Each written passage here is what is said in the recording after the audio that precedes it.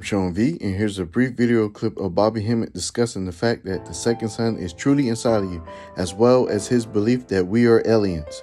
Tune in.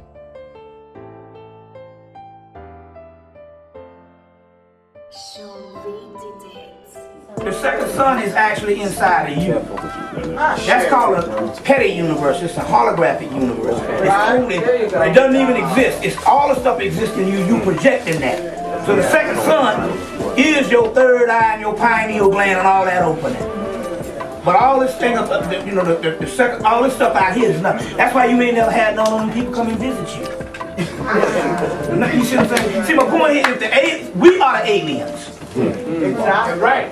Now what civilization gonna come 8 light years away to come to visit the non-original people of the planet? See what I'm saying? We are the aliens.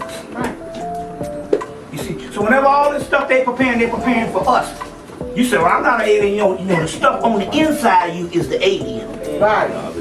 And it's getting ready to rise up, and that's the invasion they're talking about. Feel free to comment, like, or share your thoughts on what Bobby Hemmitt said in the video. I'm Sean V, and thanks for listening.